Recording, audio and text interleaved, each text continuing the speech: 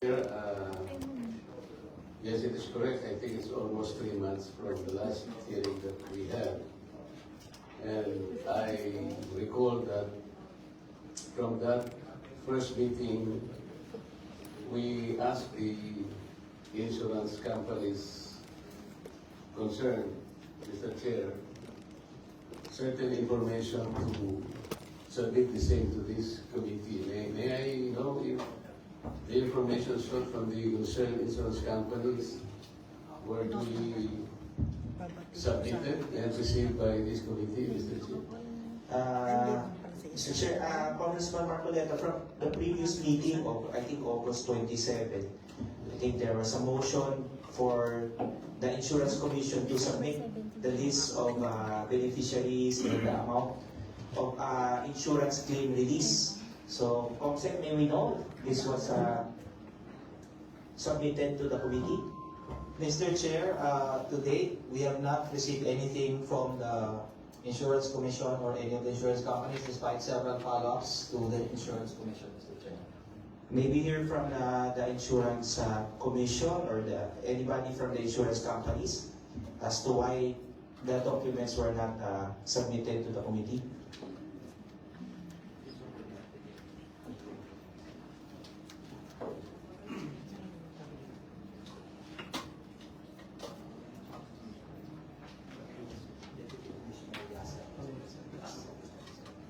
Okay. So for the information of the good Congressman Marcoleta, the Insurance Commission is not present today. Despite notice. Can we hear from the other insurance groups who are here today? Maybe we can be more specific, di ba? Yung, kung sino yung insurance company na nag-insure sa mga resort owners na to. Kung meron pa silang mga ibang insurance releases during the typhoon. So, Comsec? Mr. Chair, for the insurance companies... Yes, Congressman Villarrica, you are recognized. Mr. Chair, I think can we request them to come forward? Dito na lang tayo para makita naman namin. Mr. Chair, while they're moving nearer to the chair, may I inform the body that those present are Attorney Joseph Bangis from PIRA, Mr. Edwin Salvan, Senior Vice President and Deputy Chief Operating Officer of Mercantile Insurance, Association of Philippine Adjustment Companies, APAC President Mr. Ronaldo S. Sarabia, Plantation Bay Holdings Representative Attorney Antonio Esteban Conejos, and from Senon Insurance Adjusters and Appraisers, Mr. Jose Dalanon Jr. Mr. Chair.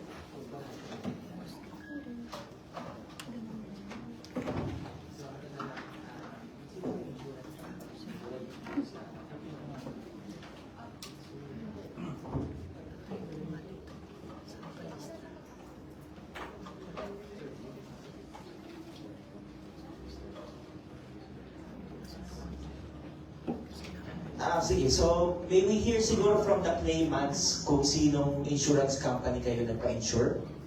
Attorney Corneos, Mr. Ko? Good afternoon, Your Honor. Our insurer was Standard Insurance and the adjuster was Crawford. Okay, How about you, Mr. Ko? Our insurance was, Mr. Chair, our insurance was Pioneer, Prudential, Malayan, Socogen, Mercantile, and our adjusters and non-adjusters. Okay, so may we hear from, siguro unahin ko ulit kay Attorney Corneas, Standard Insurance. Standard Insurance, you are recognized. Is there a representative from Standard Insurance?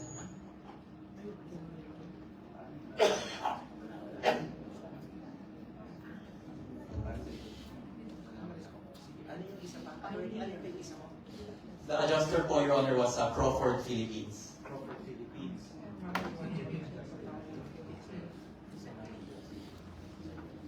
So, Mr. Po, Mr. Po, anong insurance company yung nagpa-insure kayo? Mr. Chair, it's Pioneer, Prudential Guarantee, Malayan, Okogen, and Mercantile. So any of the insurance company present sa na-mention ni Mr. Poe, sir? Good afternoon, Mr. Chair, and to the members of the committee. I'm Attorney Joseph Bambisco. I'm here representing Okogen Insurance. Go ahead. Just to give an update po as far as our discussion with Mr. Ko. So Mr. Ko and I are actually speaking po as far as their claim, and we are open po, and I think we are going to set a meeting po soon to discuss po yung mga claims nila and also the request po for reconsideration as far as the evaluation. So this is an ongoing po, and we are discussing this with Mr. Ko. Well, this is as far as Okogen Insurance, I'm only answering po as far as Okogen Insurance. So as the other panel members po, perhaps Mr. Ko po can also confirm whether they will have also meetings with Mr. Ko as far as his claims po, Mr. Chair. Thank you. Congressman Marcoleta, you're recognized. Mr. Chair, I think this is the most discomforting and insulting meeting that I have attended so far. Despite notice, repeated notice, any representative from the Insurance Commission did not appear. And they have not even, I assume that they have not sent any letter explaining their failure to be present this afternoon. Medyo nakakabahala ito, Mr. Chair. This is, I think, a mockery of the processes of Congress, particularly this committee. It was very clear last time that this representation made a serious motion and asked them to present this information before us so that we can balance all the actions that we will do in relation to the claims of various companies that were insured by these insurers. But today, without any explanation on the part of the Insurance Commission, which I think is one of the most responsible agencies of government, medyo nakakabahala po, Mr. Chair. And from the insurers, Mr. Chair, only Okogen appeared. Is that correct? Again, it was very clear in the last hearing, Mr. Chair, more particularly with Pioneer. I remember that Pioneer made a serious commitment that before the next hearing, Pioneer will be able to submit an improved offer, whatever is that amount, because at that time, while the claim is about 1.2 billion, I think they only made an offer to the tune of something like 350 million pesos, way beyond what the applicant has incurred because of Typhoon Odette. And while we appreciate Okogen's presence this afternoon, Mr. Chair, may we know from Okogen, when did you receive the claim from Mr. Ko? When was the date when you received the claim? Mr. Chair, I believe we received the claim right around December, I believe, 2021, if I'm not mistaken. So how much time passed by from the time you received the claim until today? Well, if you count, Mr. Chair, that would be around almost 3 years, Mr. Chair. What does the law say about claims and settlement of claims? More particularly, the insurance policy between you and Mr. Ko. What does the insurance policy and the law say about the period between which you should settle the claims? Will it be 2 years? 3 years? Or 30 days, or 60 days, or a maximum of 90 days? Mr. Chair, yes, sir, we should be within reasonable time, Mr. Chair, of course. What is that reasonable time? The law, what does the law say? Yes, Mr. Chair. Well, you the law states, Mr. Chair, that it should be 90 days, Mr. Chair. There is provision like that, Mr. Chair. But also within reasonable time. So ngayon, sasabihin mo, mag-uusap pa lang kayo. Mr. Chair, this is the most, I think, anomalous situations that people can be. Kasi kung maliwanag yung batas natin, the insurers, I think, approach the insured companies on the basis of their representation that they are in a position to help them at the time of distress. And I think the insured companies would not have done that if they didn't believe the capacity and even the trustworthiness of these insurance companies, Mr. Chair. Pero ngayon, tingnan po ninyo, pati insurance company, pati insurance commission, Mr. Chair, wala na po tayong maasahan. They didn't even have the courage, or I think, the simple courtesy of informing this committee that they will be unable to appear before us. Can we issue a so-called order, Mr. Chair, to the insurance commissioners and the head of the commission? Thank you, Congressman Marcoleta. Yung current status natin, maybe we can give them a little leeway kasi alam naman nyo, currently may bagyo tayo. So, if I may ask the good congressman, if we can send them another letter invitation today, and we'll May I know, Mr. Chair, how many letters did the Secretary send them? And how many follow-ups did he make in relation to this? Comsec?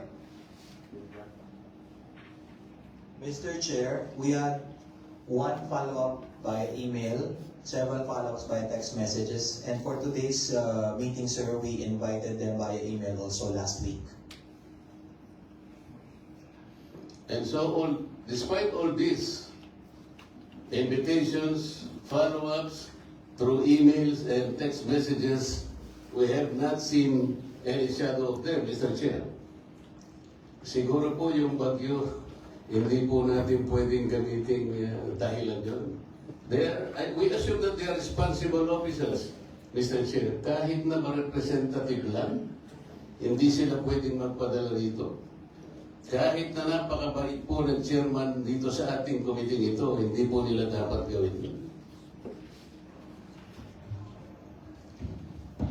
So, Congressman Marcoleta, what we can do is we can send them an invitation again.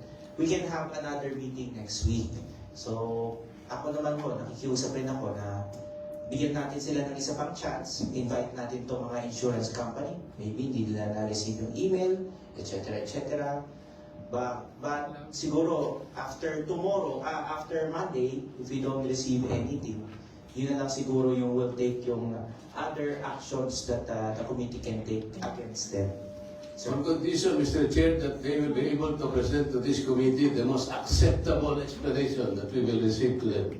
I agree to that. Kasi kung arte-arte lang sila, Mr. Chair, palagay ko dapat managot din sila. And also the insurers that we have invited, especially those na last hearing po, tandang-tanda ko po sinabi nila, we will do our best to come up with the best offer that we can have and present to them.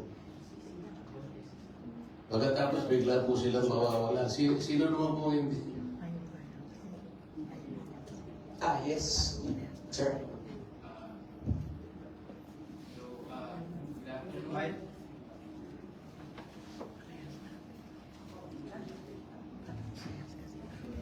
Hello, good afternoon everyone. I'm Attorney Rolando Panes from Pioneer Insurance Corporation.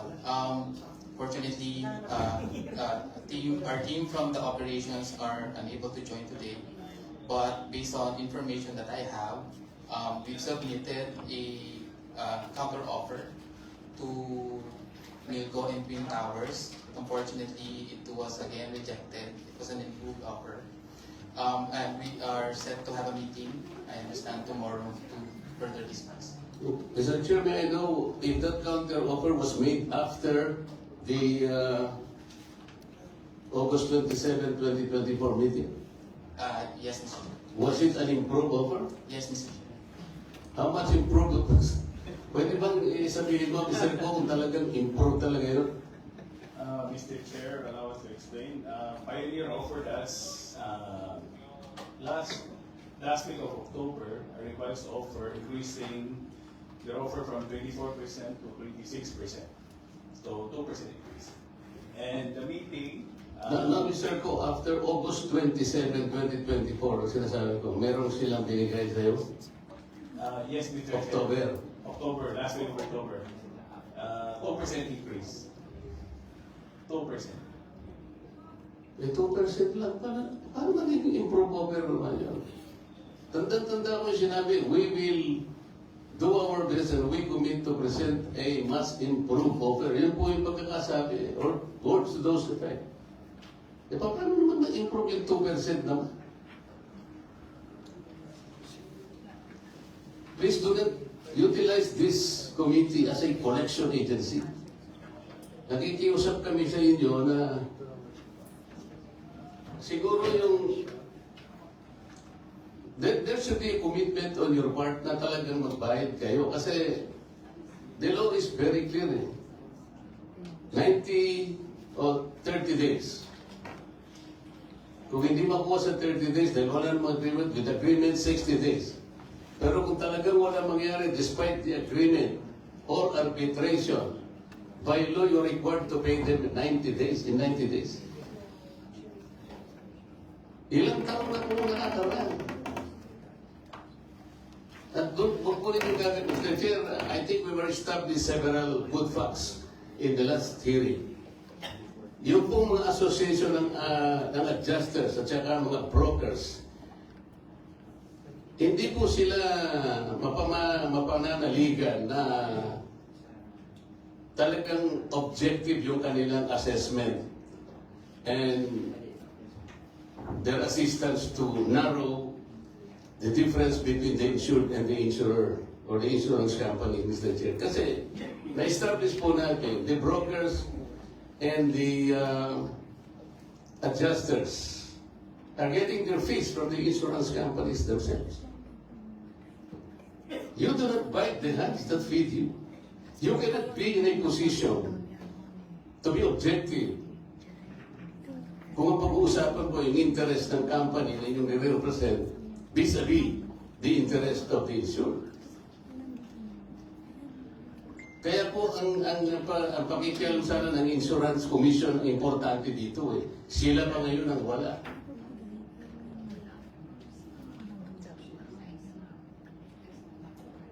I think we should write the Secretary of the Department of Finance, Mr. Chair. I think we need a replacement of the officials of the Insurance Commission. Yes, Mr. Chair. Congressman Marcoleta, before we continue, there's a message from the Insurance Commission, but before that, I'm directing the committee secretary to write a letter of complaint to the Department of Finance as to why they're not present, as to why the Insurance Commission is not present. At the same time, write a letter of complaint to the Insurance Commission why the other insurance companies invited today are not present. So, Committee Secretary.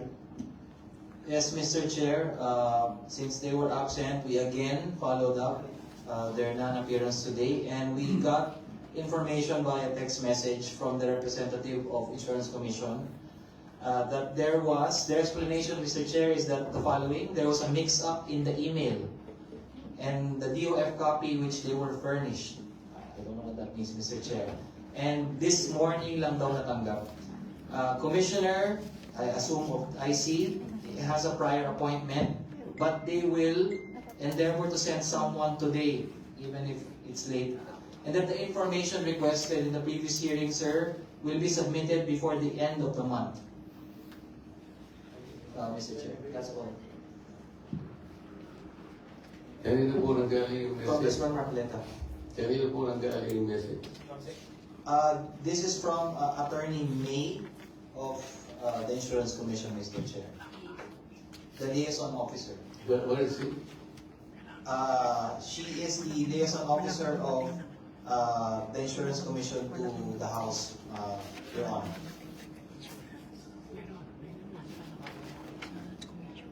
So bigla po siya nag-message. Paano po niya narinig yung pinag-uusapan natin dito? We followed up, Your Honor, Mr. Chair, because we were waiting for them to attend this afternoon.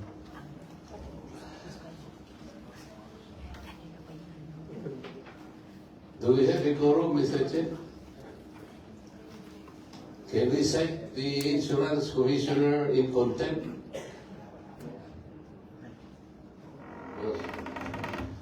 Congressman Marcoleta, Pakakala niya si Patuano lang ang nakakapag-contempt dito, ha?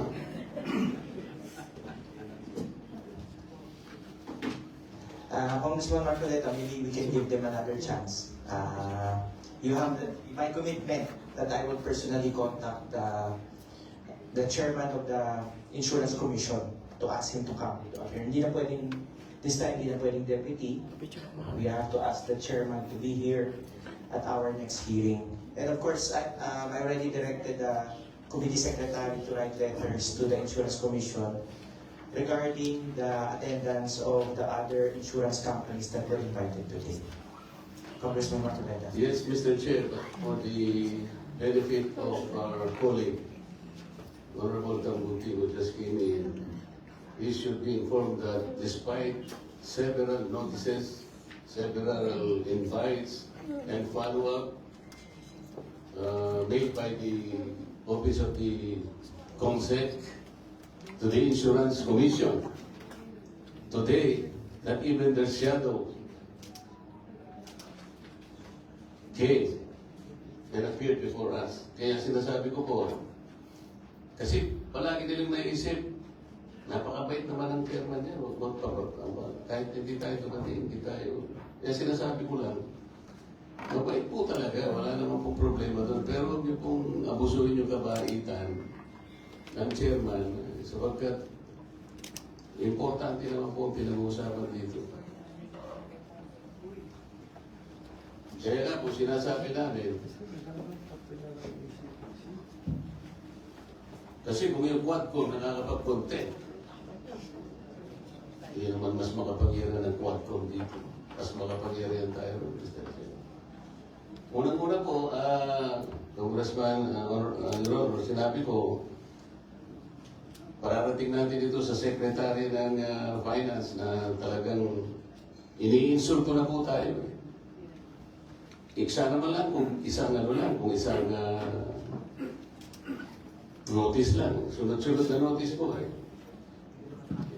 Pagkatapos, ngayon nakita nila siguro masyado pong medyo naging emotional na po yung discussion. Bigla na lang may nag-message dito na kunwari. Parang may lukuhan dito eh, Mr. Chair. Sa aking, pasensya ka na, but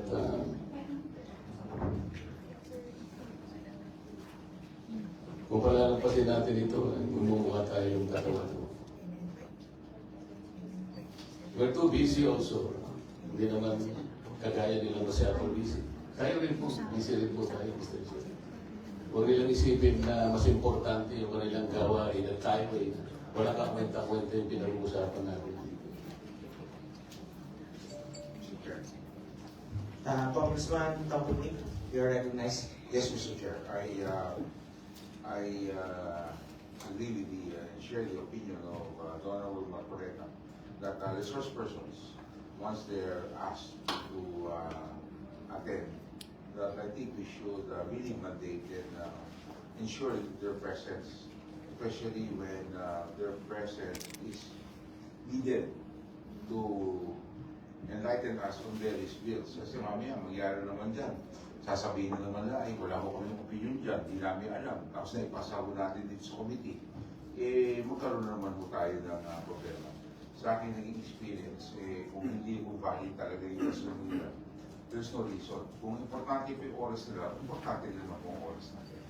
So, at mas importante ang oras natin. So, let's make that clear po sa kanila na dapat po, pag tinawag doon ng committee, and I'd like to thank the chair for assuring the proponent that he will personally ensure his presence in the next hearing. Thank you very much, Mr. Chair. Thank you.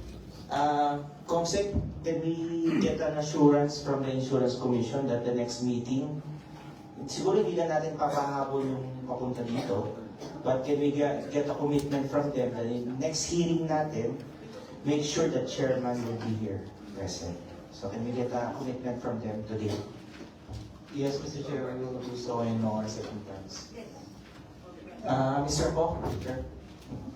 Yes, Mr. Chair, we would like to point out that after the August 27 meeting, we tried to set a meeting with the insurers. We were not able to get one until this hearing was scheduled. Then they scheduled the meeting. So we hope we don't need to have a hearing before we can set a meeting with the insurers to settle the issue.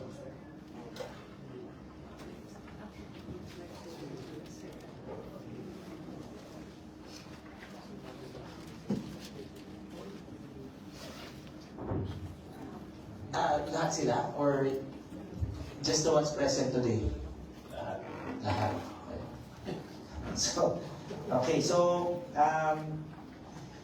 if the good Congressman Marcoleta would agree, I will schedule another hearing next week to make sure we invite the chairman of the Insurance Commission and all insurers for the specific companies. Nandito ba lahat ng kumpanya na nagko-complain?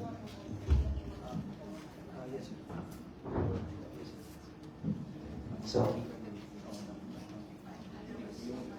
Comsec, how do we make sure that this time you are able to threaten them to appear before this committee? before you answer that, Congresswoman Villanica. Mr. Chair, I think we should listen to all of them who are present while they are here.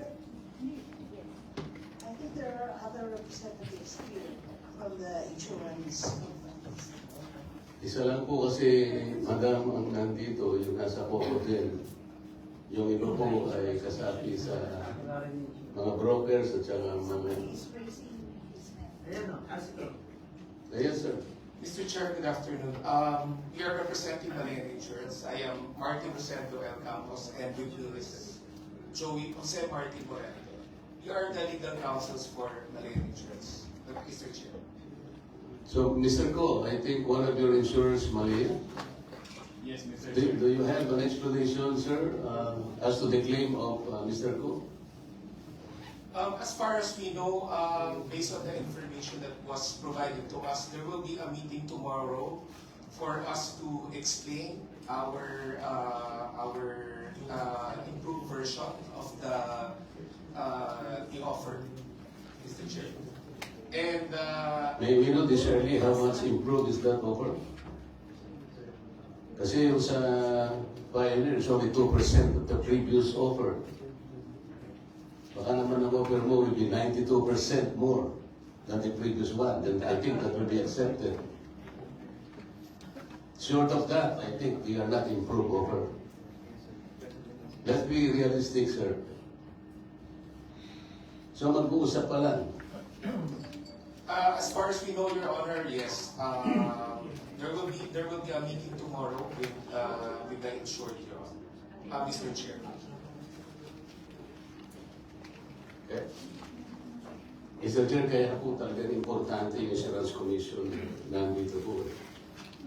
I would like to, kahit wala po sila, baka sakaling meron mga pagsabi sa kanila that we read Article 11, Section 1 of the Philippine Constitution, Mr. Chair. Public office is a public trust. Public officers, like the insurance commissioners, and employees must at all times be accountable to the people. Serve them with utmost responsibility, integrity, loyalty, and efficiency. Act with patriotism and justice. Hindi po nasusunod ito, Mr. Chair.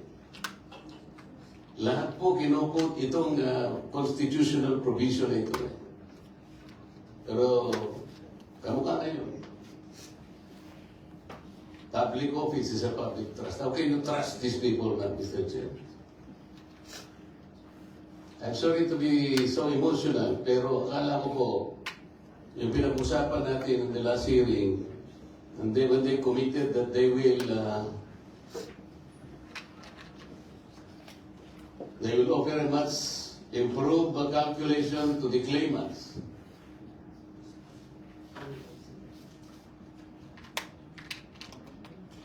Mabuti na lang, late si Congressman Sara, hindi sasapatin ang doon na kagaya ko. Before you came in, sir, nandito po, pinatawag natin lahat ng mga stakeholders. Pinakauna na po rito yung Insurance Commission. We heard the COMSEC made the report before us. Several invitations and notices were sent to them. Several follow-ups through email and text messages. Ito po kahit anino nila, wala sa atin ngayon. So, puro sentimiento po lahat ng nandito ngayon na Congressman Salo.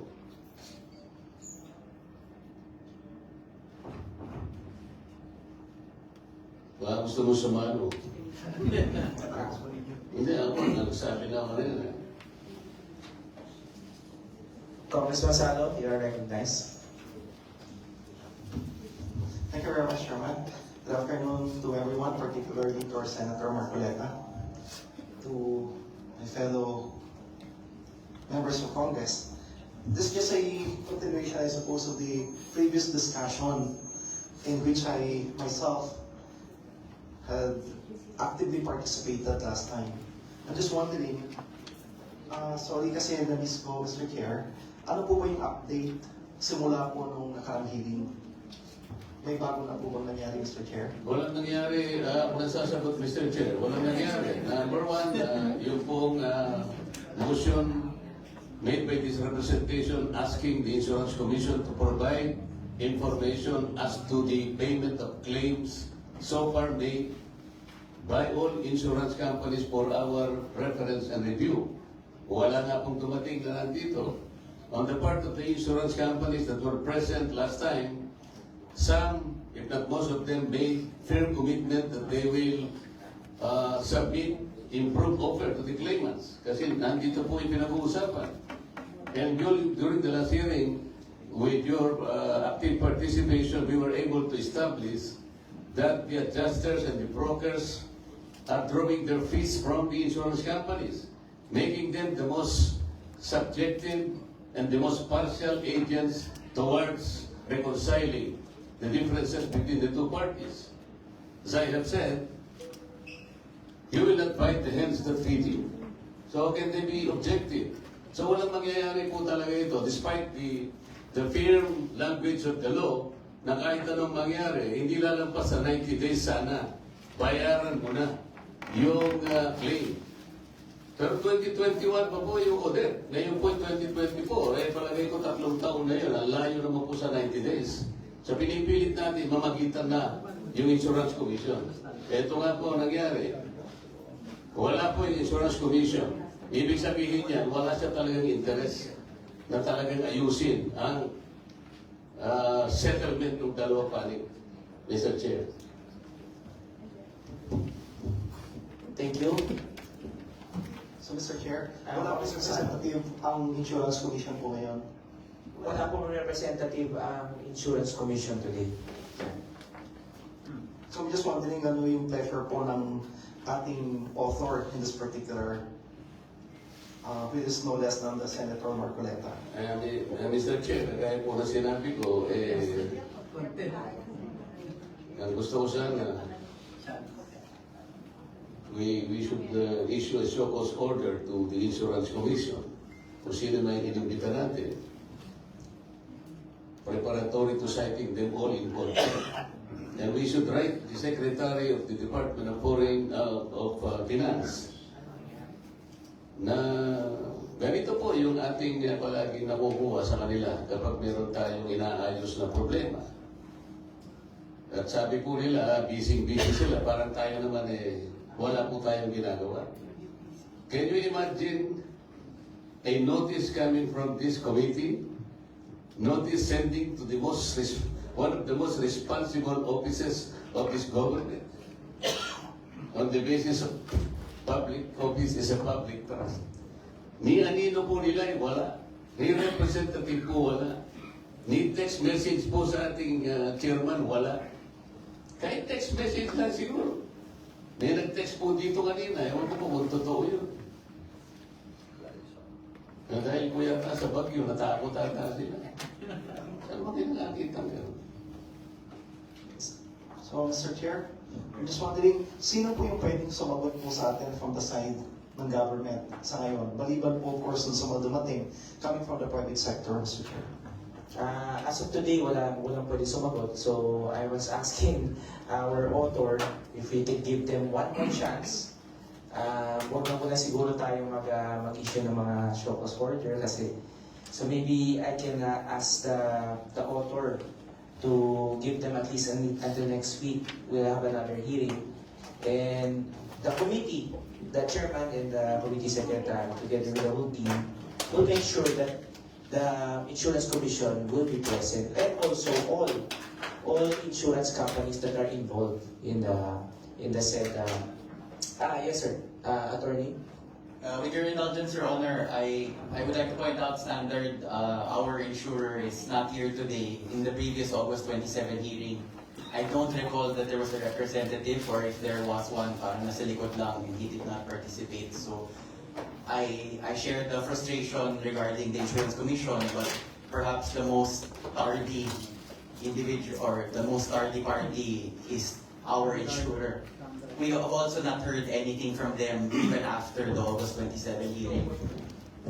So if I could suggest po to follow up also with Standard and also our adjuster Crawford, because Honorable Marcoleta pointed out last time that that's really where the differences come in kasi yung adjuster yung nagsasabi na ito yung valuation na the really low valuation, the low ball offer starts with the adjuster. 1 minute suspension.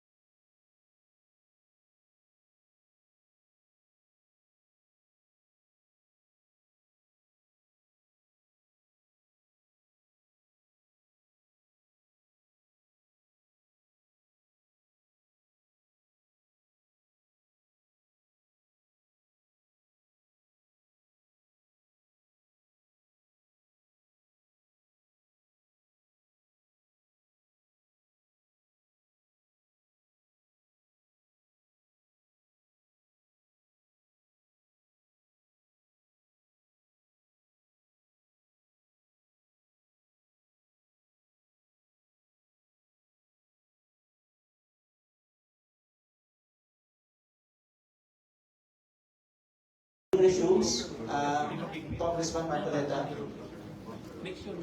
Thank you, Mr. Chair. Mr. Chair, considering the absence of the officers of the Insurance Commission, despite several notices and follow-ups, and also the failure of the insurance companies to be present today, I move that we should issue show cause orders to these insurance companies' owners who did not present themselves this afternoon. And that includes also the officials of the Insurance Commission. And I also move that in the next hearing, let us also invite the USEC from the DOF, who is responsible in coordinating the activities of the insurance companies, Mr. Chair. Second the motion. Thank you. Motion is approved, so Committee Secretary is ordered to issue a show cause order.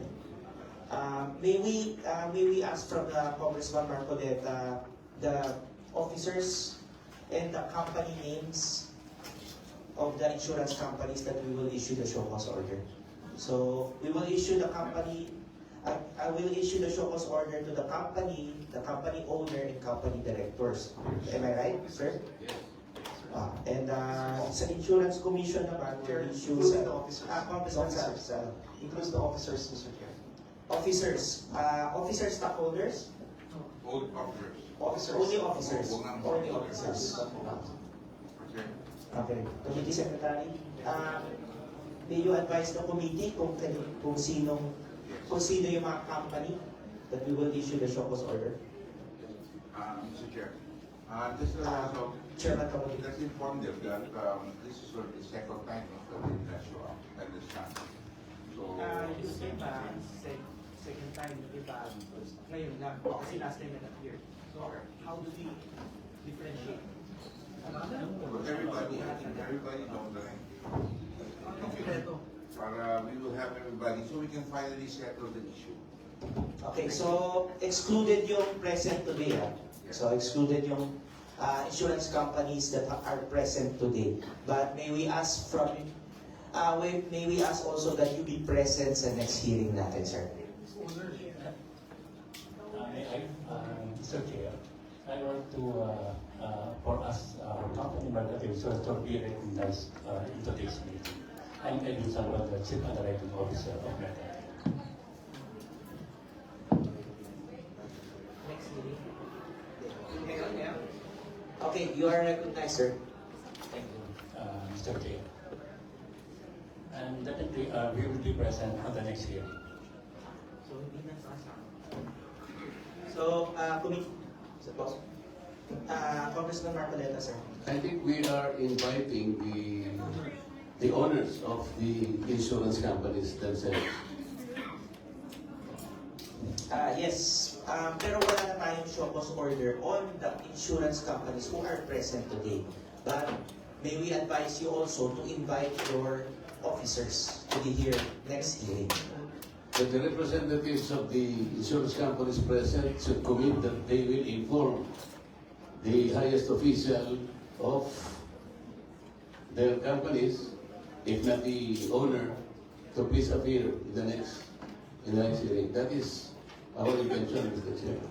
Can we have a commitment from the insurance companies who are present today to advise your principals? For Mark until we will do that, Mr. Chair. Pioneer. Good afternoon again, Mr. Chair, to the members. I'm from Okogen Insurance, Attorney Joseph Bangis. Yes, we will advise our ownership, Mr. Chair. And Pioneer, you're the representative from Pioneer? Yes, for Okay. Pioneer part, we will likewise inform our senior officers and owners. Okay. So that clears up everything, Mr. Chair. All those who did not come today, One more, you are recognized. Sir Chair, for Malayan Insurance, we will commit to advise our senior officers as well. Okay, so Congressman Marcoleta, may we know from you kung sino yung insurance company that we will issue? Standard, ano ba yung mga company? Mr. Ko, meron pa pala isa rin. Yeah. Pioneer, Prudential, Mercantile is here, Cocogen is here. American Kill na lang pala. Mercantile. Pioneer. Pioneer here. Pioneer. PGA, Prudential. Standard. Prudential Standard.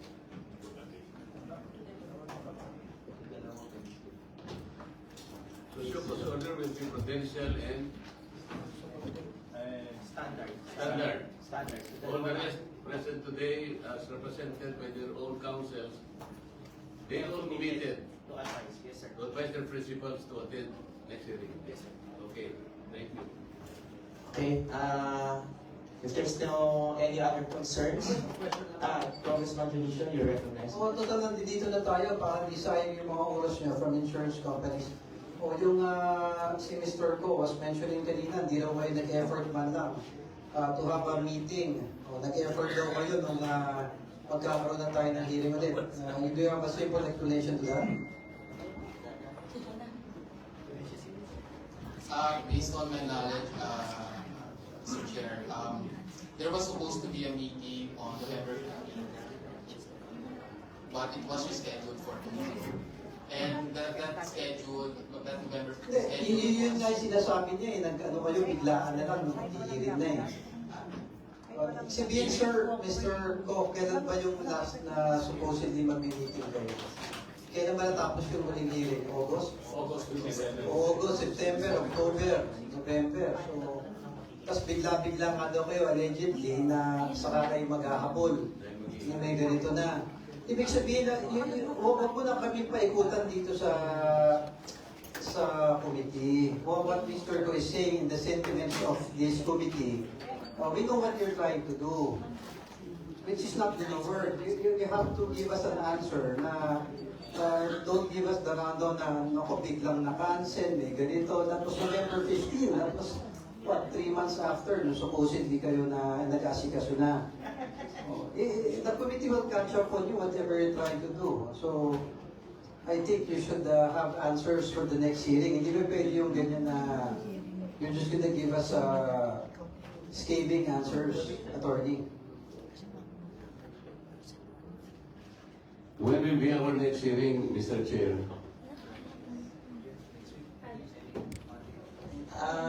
I'm looking at Monday, Tuesday, or Wednesday next week. Next week. Next week. So can we ask all the concerned insurance companies to already come up with the much improved offer that you can submit to the insured and to the claimants? Kasi kung 2% lang naman yung i-improve nyo, huwag na po kayo magbigay, hindi po improve yun. Ang pinag-uusapan, an improved offer na kahit pa paano meron po tayong chance ang acceptin nila. Siguro, Mr. Chair, let us begin with 60%. Pagka po below 60% ang offer nyo, para sa akin, hindi improve offer yun. To be realistic about it. Magkakahirapan lang po. Pwede po man yung i-communicate sa ating mga principals ito. Let us present an improved offer, pero magsimula po tayo sa 60%. No original na claim po. Para sa ganun po ay mapatali po tayo. Pagtulong-tulungan po natin. Thank you, Congressman Marcoleta. Also, may we ask from the claimants, baka meron din kayong mga ibang nag-claim din para malaman natin if this is an isolated incident o lahat ba na nag-claim against these insurance companies, ganyan lang talaga yung nire-release nila. So, please take note of that. Okay, Congressman Salo, you're recognized. Thank you very much, Mr. Chairman. Definitely, I support the manifestation made by Senator Marcoleta. But at the same time, Mr. Chair, I just request and clarify whether the officers being sent here are authorized to bind the companies they're representing. So perhaps pagbalik po nila, I would really wish to see yung mga pupunta po dito or people who are in a position to commit the company. Number two, that they should be authorized duly. So magpe-present po sila ng kanilang authority coming from the board that these representatives are duly authorized by the board to represent their respective companies in this hearing. Thank you very much, Mr. Chair. To represent and make decision. To commit. Noted, Congressman Marcoleta. Are there any other concerns? If there's none, is there a... yes, Mr. Salvan, sir. Just want to advise that, as advised earlier, there's a request for us to submit some documents and information regarding the claim of Typhoon Alert. And we'd like to inform that Mercatile is able to submit that through PIRA, Philippine Insurance and Rating Association. So we submitted that requirement, sir. Yes, but please, you have to submit to the committee, hindi po sa PIRA, sir. If you can send another copy within the day or by tomorrow, within the week, if you can send another copy to the committee para mabigay natin sa committee members natin. We'll do that, sir. Thank you, sir. So, with that, if there's no other concerns, the motion to suspend. Move to suspend, Mr. Chair. Mr. Chair, Congressman Tamutin. before we suspend this, we're not going to adjourn, we're just going to suspend. Before we suspend this hearing, I would like to manifest to all members present the proponents of the previous bills of DBP. Thank you. Yeah. Committee Secretary. Yes, this is noted. So, there's a motion to suspend, duly seconded, motion is approved, hearing is suspended. Thank you.